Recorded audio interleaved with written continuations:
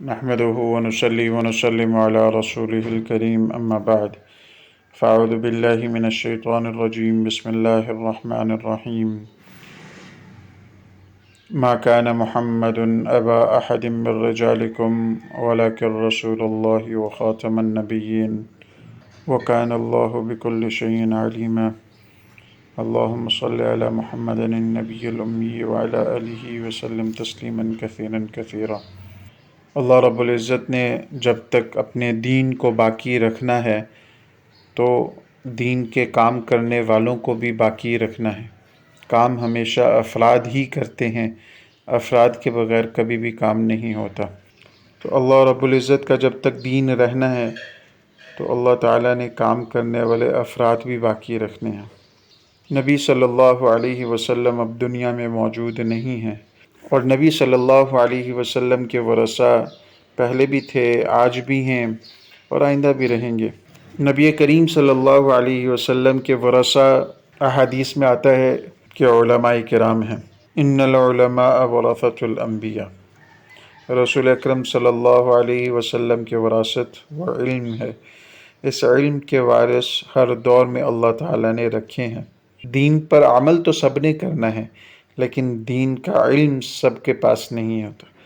قرآن مجید میں ہے کہ فَاسْأَلُوا أَهْلَ الذِّكْرِ إِن كُنتُمْ لَا تَعْلَمُونَ۔ ایک طبقہ وہ ہے جس کے پاس علم ہے، اور ایک طبقہ وہ ہے جس کے پاس علم نہیں ہے۔ تو احادیث میں آتا ہے کہ جس کے پاس علم نہیں ہے تو اللہ تعالیٰ نے حکم دیا ان کو جو علم والے نہیں ہیں وہ ان سے پوچھ لیا کریں جو علم والے ہیں۔ اور حضور اکرم صلی اللہ علیہ وسلم نے ارشاد فرمایا کہ اگر علم نہ ہو تو یہ جو بیماری ہے اس کا علاج اور اس کی شفا وہ سوال ہے، اور سوال کرنے میں آدمی کو جھجک سے کام نہیں لینا چاہیے، اپنے مسائل پوچھنے چاہیے۔ جب بھی کوئی مسئلہ پیش آئے تو معلوم کرنا چاہیے۔ ہر سوال کا جواب موجود ہے، ہر اشکال کا، ہر اعتراض کا جواب موجود ہوتا ہے، لیکن بعض اوقات کم علمی کی بنیاد پر صرف نظر ہو جاتا ہے یا صرف نظر کر دیا جاتا ہے۔ دراصل 4 شادیوں کے حوالے سے شریعت نے جو ضابطہ دیا ہے اور جو تعلیمات دی ہیں وہ اتنی مشکل ہیں کہ عام بندے کے بس کی بات نہیں ہے ان کو پورا کرنا۔ یعنی اتنا انصاف اور اتنا عدل اس میں برقرار رکھنا پڑتا ہے کہ جو عام بندے کی بس کی بات نہیں ہے۔ ہاں، اگر کسی کو اپنے اوپر یقین ہے کہ وہ اس عدل کو قائم کر لے گا اور اس انصاف کے جتنے حقوق ہیں ان سب کو جو ہے وہ ادا کر لے گا تو وہ بالکل کرے۔ اللہ نے بے شک اجازت دی ہے۔ قرآنی تعلیمات یہ ہیں کہ اپنی تمام بیویوں کے درمیان ان کے لباس، نان نفقہ، رہائش کی فراہمی، شباشی کے حوالے سے برابری کرنے کا پابند، اور بیویوں میں سے کسی ایک کے ساتھ بھی ناانصافی کرنے کا اختیار نہیں دیا، اور وہ شوہر جو انصاف برقرار نہیں رکھ سکتے ان کے حوالے سے سخت وعید بھی سنائی ہے۔ چنانچہ اللہ تعالیٰ کا ارشاد ہے وَإِنْ خِفْتُمْ أَلَّا تُقْسِطُوا فِي الْيَتَامَى فَانكِحُوا مَا طَابَ لَكُم مِّنَ النِّسَاءِ مَثْنَى وَثُلَاثَ وَرُبَاعَ فَإِنْ خِفْتُمْ أَلَّا تَعْدِلُوا فَوَاحِدَةً أَوْ مَا مَلَكَتْ أَيْمَانُكُمْ ذَلِكَ أَدْنَىٰ أَلَّا تَعُولُوا۔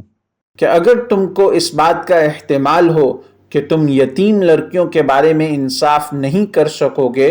تو اور عورتوں سے جو تم کو پسند ہو نکاح کر لو، 2 عورتوں سے اور 3 عورتوں سے اور 4 عورتوں سے۔ بس اگر تم کو احتمال اس کا ہو کہ عدل نہیں رکھو گے تو پھر ایک ہی بیوی پر بس کرو، یا جو لونڈی تمہارے ملک میں ہے وہی صحیح۔ اس آیت سے معلوم ہوتا ہے کہ مرد کو 1 سے زائد 4 تک شادیاں کرنے کی اجازت اس صورت میں ہے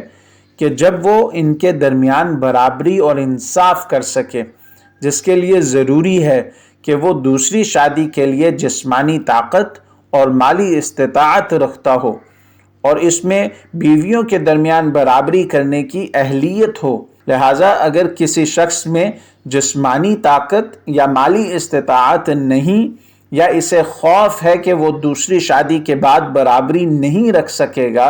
تو اس کے لیے دوسری شادی کرنا جائز نہیں ہے۔ اور جہاں تک سوال دوسری شادی کے لیے پہلی بیوی سے اجازت لینے کا ہے تو دوسری شادی کے لیے پہلی بیوی سے اجازت لینا لازم نہیں ہے، البتہ بہتر ہے تاکہ آئندہ کی زندگی میں سکون اور اطمینان ملے اور دوسری شادی کا مقصد پوری طرح حاصل ہو۔ لہٰذا 4 بیویاں رکھنے کے لیے بھی شریعت نے چاروں بیویوں کے ہر معاملے میں برابری اور عدل و انصاف کی شرط رکھی ہے۔ اگر مرد عدل و انصاف نہیں کر سکتا تو پھر ایک بیوی پر اکتفا کا حکم ہے،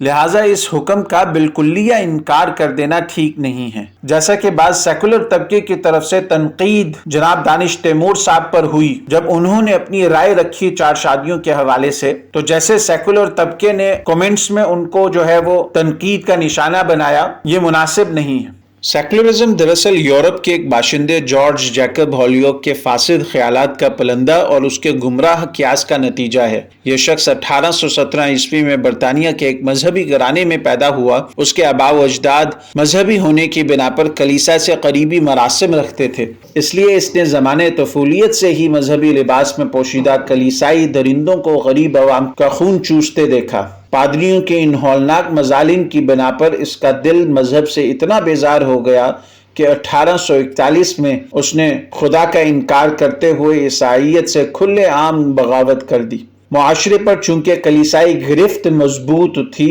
اس لیے اس کی تحریک کو نہ صرف ناکامی کا سامنا ہوا بلکہ اس جرم کی پاداش میں اس کو مختلف ایذائیں، طرح طرح کی سزائیں اور قید و بند کی صعوبتیں بھی برداشت کرنی پڑیں، مگر وہ شخص طویل مشقتوں کے باوجود عیسائیت کی جانب لوٹ کر نہ آیا، جس کا دل بچپن ہی سے مسیحیت سے کھٹا ہو گیا تھا، لیکن ان تلخ تجربات کی بنا پر یہ سوچنے پر ضرور مجبور ہو گیا کہ ملحدوں کی طرح وہ بھی اگر خدا اور مذہب کا بالکلیہ انکار کرتا رہا تو جہاں وہ مذہبی لوگوں کی حمایت سے محروم رہے گا، وہیں پاپاؤں کا طبقہ اس کی راہ میں رکاوٹ بن جائے گا اور اسے منزل مقصود تک پہنچنے کے لیے ایک طویل عرصہ درکار ہوگا۔ اس منزل پر آ کر اس نے نفاق کا چولا پہنا اور 1851 میں سیکولرزم کی اصطلاح گھڑ کر مذہب اور الحاد کے درمیان ایسی راہ نکالی جو بظاہر تو مذہب سے بیزار نہ تھی لیکن حقیقتاً مذہب کو مٹانے کے لیے الحاد کی تمہید تھی، اور اس کا فائدہ بالآخر تحریک الحاد کو پہنچتا تھا، کیونکہ مذہب کو جب پرائیویٹ زندگی میں محدود کر دیا جائے تو تاریخ میں وہ دن ضرور آئے گا جب مذہب پرائیویٹ زندگی سے بھی رخت سفر باندھنے پر مجبور ہوگا۔ اسی بنا پر علامہ اقبال نے فرمایا تھا، جلال پادشاہی ہو کہ جمہوری تماشا ہو، جدا ہو دین سیاست سے تو رہ جاتی ہے چنگیزی۔ اس طرح جہاں وہ تحریک الحاد کو ہمنوا بنانے میں کامیاب ہوا، وہیں مذہب کو پرائیویٹ زندگی میں جگہ دے کر ان پاپاؤں کے نزدیک بھی ہیرو بن گیا جو ملحدین کے حملوں کی تاب نہ لا کر شہر قیادت سے کوچ کرنے کی تیاری کر چکے تھے۔ اے چمن والو، چمن میں یوں گزارا چاہیے، باغباں بھی خوش رہے، راضی رہے صیاد بھی۔